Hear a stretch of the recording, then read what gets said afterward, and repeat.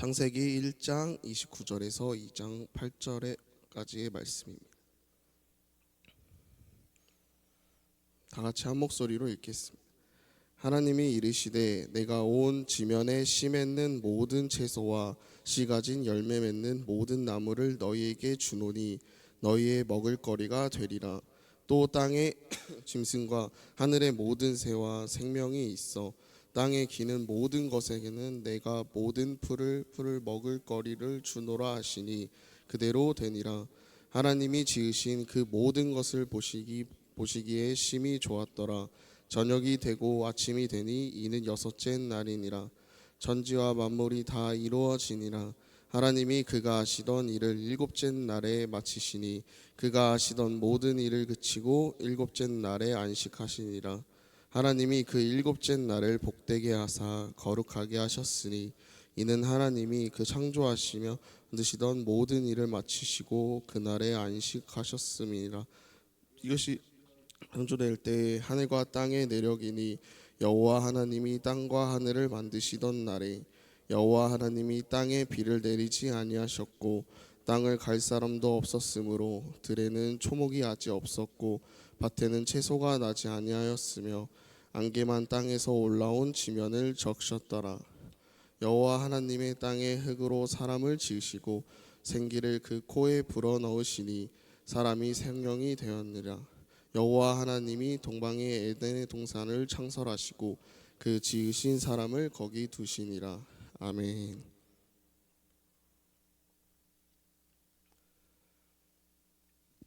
오늘은 창세기 네 번째 시간입니다. 창세기 1장 29절부터 2장 8절까지의 말씀을 살펴보겠습니다. 창세기 1장 29절에서는 하나님께서 온 땅의 모든 채소와 씨 맺는 열매를 너희에게 주노니라고 말씀하십니다. 이는 하나님이 인간에게 주신 풍성한 자원과 공급을 나타냅니다. 하나님은 우리에게 필요한 모든 것을 공급하시는 주권적인 분입니다. 우리는 이 사실을 통해 하나님의 공급하심을 신뢰하고 그 은혜에 감사해야 합니다. 우리는 책임 있는 관리자로서의 우리의 역할이 있습니다. 하나님은 우리에게 주신 모든 자원을 단순히 소비하라고 주신 것이 아닙니다. 우리는 그 자원들을 책임감 있게 관리해야 할 사명을 부여받았습니다. 창조의 질서 속에서 우리는 하나님의 형상으로 창조된 존재로서 그분의 뜻을 이루는 대리자의 역할을 맡고 있습니다. 우리가 받은 모든 것은 하나님의 영광을 위해 사용되어야 하며 우리는 이러한 책임을 다해야 합니다. 하나님이 주신 모든 것에 대해 우리는 감사하는 자세를 가져야 합니다. 감사는 우리의 삶을 변화시키고 하나님의 은혜를 더욱 깊이 경험하게 합니다. 우리가 누리는 모든 것이 하나님의 은혜임을 깨닫고 그 은혜에 대해 감사를 표현하는 삶을 살아가야 합니다. 그러므로 매일의 삶 속에서 하나님의 공급하심과 은혜를 기억하고 이를 통해 하나님께 영광을 돌리는 삶이 되어야 합니다. 하나님께서 창조의 마지막 날에 인간을 창조하시고 그들에게 복을 주셨습니다. 하나님이 이르시되 내가 온 지면에 씨 맺는 모든 채소와 씨 가진 열매 맺는 모든 나무를 너희에게 주노니 너희 먹을 거리가 되리라. 이 말씀은 단순히 먹을 것을 주신다는 의미를 넘어 하나님께서 창조하신 모든 세계를 인간에게 선물로 주셨다는 의미를 담고 있습니다. 또한 하나님의 주권적인 은혜를 강조합니다. 하나님께서 인간의 공로나 자격 없이 오직 그분의 선하신 따라 모든 것을 창조하시고 인간에게 복을 주셨습니다. 이는 우리가 하나님의 은혜로 살아가는 존재임을 깨닫게 됩니다. 또한 하나님께서 인간에게 생육하고 번성하며 땅에 충만하라, 땅을 정복하라, 바다의 물고기와 하늘의 새와 땅에 움직이는 모든 생물을 다스리라고 명령하셨습니다. 이는 인간에게 창조 세계를 돌보고 관리할 책임을 맡기신 것입니다.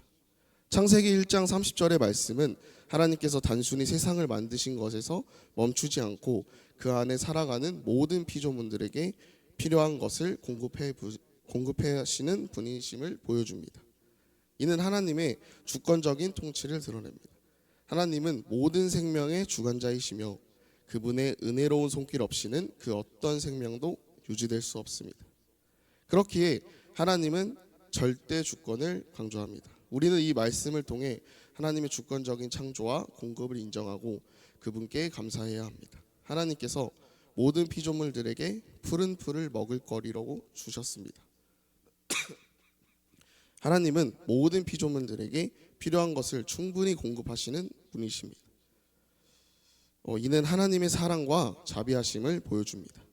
창세기 1장 31절에서 심히 좋았더라는 하나님의 말씀은 창조가 완벽하고 충만했음을 선언하는 말씀입니다. 이는 하나님께서 의도하신 대로 모든 것이 완벽하게 창조되었음을 의미합니다. 또한 하나님께서 창조하신 모든 것을 보시고 심히 좋았다라고 말씀하신 것은 하나님의 기쁨과 만족을 표현한 것입니다. 하나님께서 마지막 날에 창조하시고 모든 창조물을 다스리는 책임을 맡기셨습니다.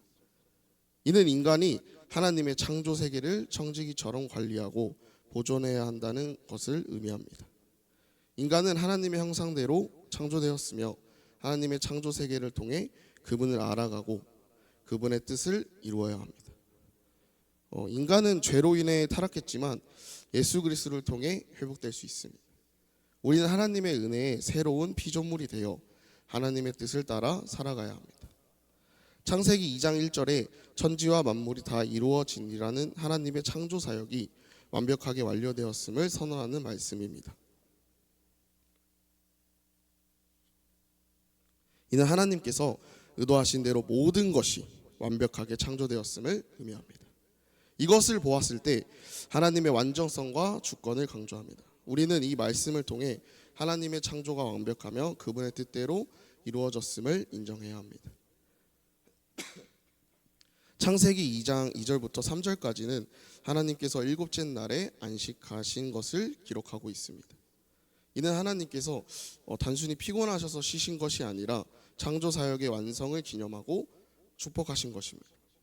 안식은 하나님의 교제, 창조 세계에 대한 감사, 그리고 하나님의 은혜를 기억하는 시간입니다. 예수 그리스도께서 수고하고 무거운 짐진 자들아 다 내게로 오라 내가 너희를 쉬게 하리라. 마태복음 11장 28절 말씀입니다. 우리는 예수 그리스도 안에서 참된 안식을 누릴 수 있습니다. 창세기 2장 3절 말씀입니다. 하나님이 그 일곱째 날을 복되게 하사 거룩하게 하셨으니 이는 하나님이 그 창조하시며 만드시던 모든 일을 마치시고 그날에 안식하셨음이니라. 하나님께서 창조 사역을 마치시고 일곱째 날을 복되게 하시고 거룩하게 구별하였습니다. 하나님께서 일곱째 날을 복되게 하심으로써 인간의 안식이 우리에게 복을 가져다 주는 시간을 말하고 안식은 우리에게 육체적인 휴식뿐만 아니라 영적인 회복과 재충전을 의미합니다. 창세기 2장 4절 말씀입니다. 이것이 천지가 창조될 때 하늘과 땅의 내력이라는 구절은 창세기 1장의 창조기사를 요약하고 2장의 새로운 창조기사로 넘어가는 전환점입니다. 여호와는 하나님의 언약적 이름입니다. 땅과 하늘을 만드시던 나래라는 말씀은 하나님께서 창조하신 세계에서 인간이 어떤 역할을 해야 하는지를 암시합니다.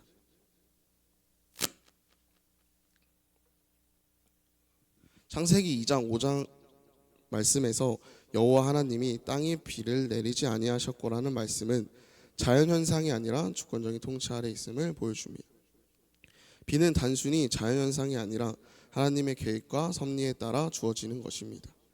땅을 갈 사람도 없었으므로라는 말씀은 인간의 역할이 창조세계의 질서 유지의 필적임을 이야기합니다.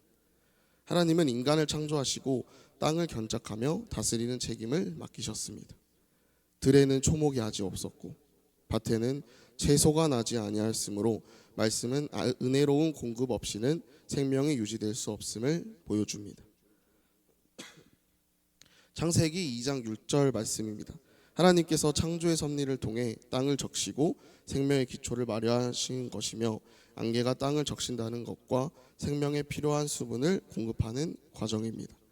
이는 하나님께서 우리의 삶에 필요한 은혜를 어떻게 공급하시는지를 상징적으로 봅니다. 우리가 하나님께 의지할 때 그는 우리의 영원한 삶을 적셔주시고 이를 통해 우리는 성장할 수 있습니다. 창세기 2장 7절 말씀입니다. 여호와 하나님이 땅의 흙으로 사람을 지으시고 생기를 그 코에 불어 넣으시니 사람이 생명이 되니라. 흙과 생기라는 두 요소의 인간의 본질을 설명합니다. 우리는 물질적인 존재의 동시에 영적인 존재입니다. 혹은 우리의 육체를 상징하고 생기는 하나님의 생명력을 나타냅니다. 이 두 요소의 결합은 인간이 하나님과의 관계 속에서 참된 생명을 누릴 수 있음을 의미합니다. 따라서 우리는 육체적 필요뿐만 아니라 영적인 필요도 충족시켜야 하며 하나님의 관계를 통해 그분의 생명을 경험해야 합니다. 사람이 생명이 된지라는 말씀은 하나님께서 우리에게 생명을 주셨음을 나타냅니다. 이는 단순히 생리적 존재가 아니라 하나님과의 관계 속에서 의미 있는 삶을 살아가야 하는 을 의미합니다. 우리는 하나님 안에서 우리의 존재의 목적을 발견하고 그분의 영광을 위해 살아가야 합니다. 생명은 하나님과의 연결을 통해 의미를 찾고 그분의 뜻을 이루어가는 과정입니다. 창세기 2장 8절 말씀입니다. 여호와 하나님의 동방 에덴 동산을 창설하시고 그 지으신 사람을 거기 두시니라. 여호와 하나님이 동방 에덴 동산을 만들고라는 표현은 하나님께서 창조하신 세계의 아름다움과 조화를 강조합니다. 에덴의 동산을 만들고라는 표현은 하나님께서 창조하신 것을 손길이 닿은 완전한 곳으로, 그것은 인간이 하나님과의 관계 속에서 거주할 수 있는 이상적인 환경입니다. 이는 하나님께서 우리의 필요를 아시고 우리를 위해 최상의 조건을 마련하셨음을 보여줍니다. 그 지으신 사람을 거기 두시라는 말씀은 하나님께서 인간을 에덴 동산을 두신 목적을 시사합니다. 인간은 단순히 그곳에서 편안하게 거주하는 것이 아니라 하나님과의 관계 속에서 그분의 뜻을 이뤄가는 존재로서의 사명을 가지고 있습니다. 이는 우리가 하나님과의 교제를 통해 우리의 삶의 목적을 발견하고 그분의 창조를 보존하고 관리해야 함을 의미합니다. 에덴 동산은 하나님과 인간이 친밀하게 교제할 수 있는 장소를 상징합니다. 하나님은 인간을 위해 이 특별한 공간을 마련하셨고 이는 하나님과의 관계가 얼마나 중요하며 그 관계가 인간의 삶에 있어서 필수적임을 보여줍니다. 우리는 하나님과의 관계 속에서 진정한 의미의 목적을 찾고 그분의 말씀을 따라 살아가야 합니다. 끝으로 창세기 1장 29절부터 2장 8절까지의 말씀은 하나님께서 우리에게 공급하시는 은혜와 우리의 사명 그리고 하나님과의 친밀한 관계를 강조합니다. 우리는 하나님이 주신 모든 것에 감사하며 그분의 뜻을 이루기 위해 힘쓰는 삶을 살아가야 합니다.